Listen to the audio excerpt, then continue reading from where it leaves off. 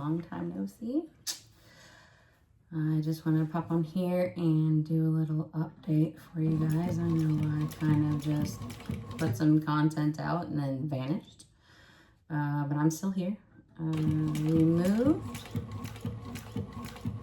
back in April of this year to a larger place so I could have an actual studio, not have my stuff all over the front room of our house. So that's been good. I can actually work without tripping over myself. But yeah, so we've changed a lot of things. I had purchased laser equipment to use in my leatherworking. Apologies, I'm sewing on a bag right now because I have 5 minutes to do it. So anyway, I purchased laser equipment to use in my leatherwork, and I did a little bit of content on that. Some of you may have seen it. It may have been how you stumbled on this channel. And so my husband had been helping me learn how to use a laser and perfect my settings and all of those kinds of things. And he got very good with using that laser equipment. Started doing some tumblers for me, and then figured out that he was really good at engraving multi-layer acrylic, and he's been using that to make hat patches,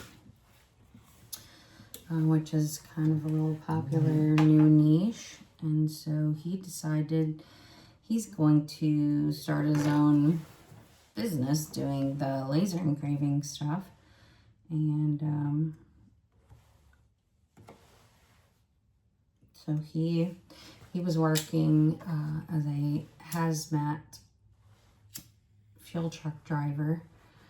And I don't know if any of y'all are familiar with that industry, but they require a lot of mandatory overtime. And so they literally require them to work, 13, 14-hour days if that's what it takes to get all the things that they have dispatched out completed in a day. And so he got real sick and tired of working those hours, and I kind of don't blame him. I mean, that's pretty hard work. You're up at 5 o'clock or whatever it was to sign up for work, and not back until after dark every day. And I think he just felt like, you know what, this is for the birds, and he just decided he wasn't going to do that anymore. So not without financial impact, of course. Fuel truck drivers make pretty decent money. But yeah, so he's been marketing his side of the business to businesses, and had some pretty good success with that. And so anyway, fast forward, we owned some property in another state. It was like 45 acres.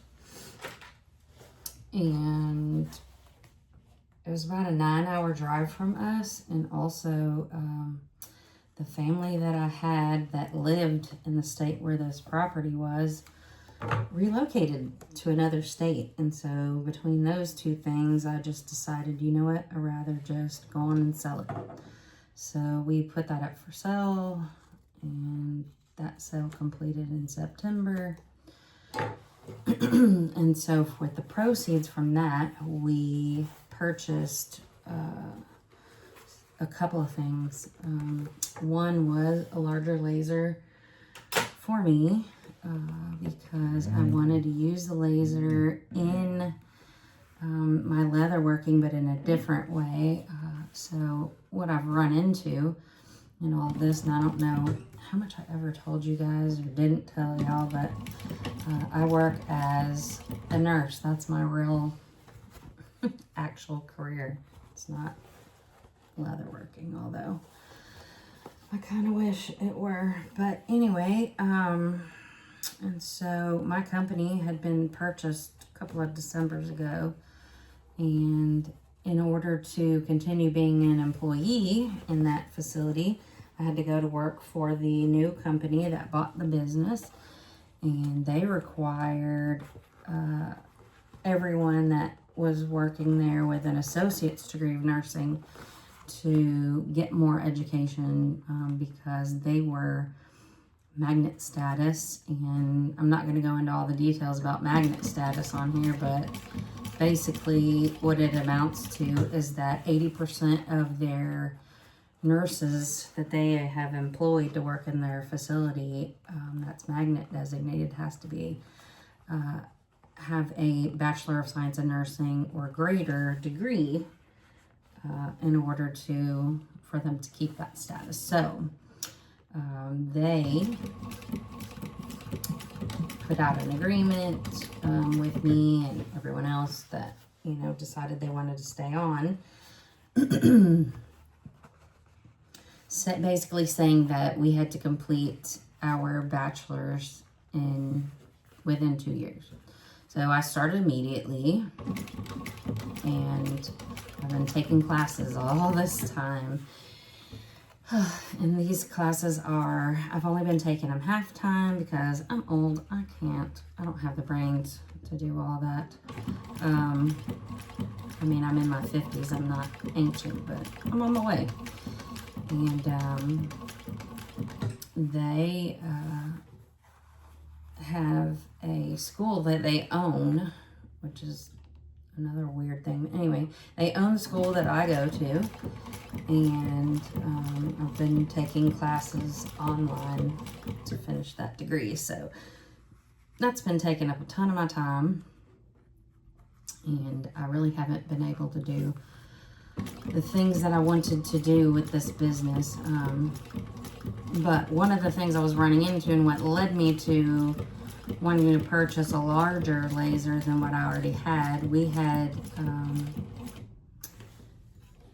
at that time just the X-Tool P2S, and that's a 55 watt laser.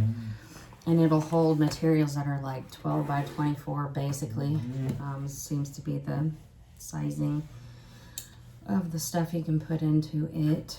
And so I don't have like the big industrial, I have a press, a die press, but it's, you know, got a little small bit on it probably. I don't know, I bought it from Buckle Guy or whatever, so whatever size that one is.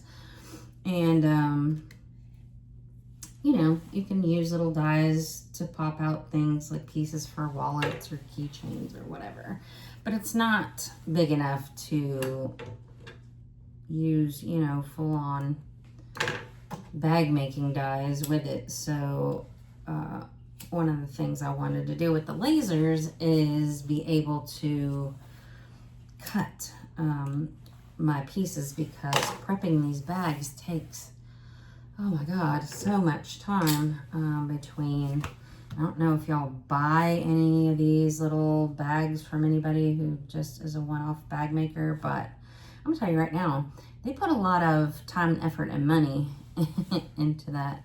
And yeah, so you should have good respect for for the effort that they're putting into this, because they're not mass producing stuff. They're sitting here making things one at a time. Anyhow, so yeah, so I got it for that. I've literally only had time to cut out a set of acrylic templates on it because, again, I'm stuck doing the school stuff. I'm almost done with my school, thank God. I'm in the third to last class, so I've got one more, what they call semester of courses, and that will finish about the third week of April coming up. So almost there. I'm looking forward to that. Meanwhile, the other things that we purchased were embroidery equipment. We bought a commercial embroidery machine. It's got 15 needles and it works amazing. super awesome. We bought a buy mirror, and so if you're in the market for embroidery equipment, I highly recommend it. It was around $5,000, I think, just for the machine. And then it comes with those crummy little screw together hoops, and those are terrible. Spend the money, save yourself aggravation, and buy the magnetic hoops. So I've been using those. I love them. They're an investment, but they're worth every penny. They make hooping so much faster and easier, and you know, being in your 50s, I don't have what it takes, the oomph to be able to sit there and crank down on a little screw thing over and over 78 times to make, you know, whatever I'm making. So I very much appreciate those magnetic hoops. Those are the best. So I'll probably do some content on that. If you're interested in seeing, because one of the things I wanted to try to do, and I don't know if I can even do it, is to embroider, you know, not like an entire panel or anything, but just like some little embellished designs, you know, on leather. But what I don't know is if it's going to perforate it and make it just rip, because that's a lot of holes.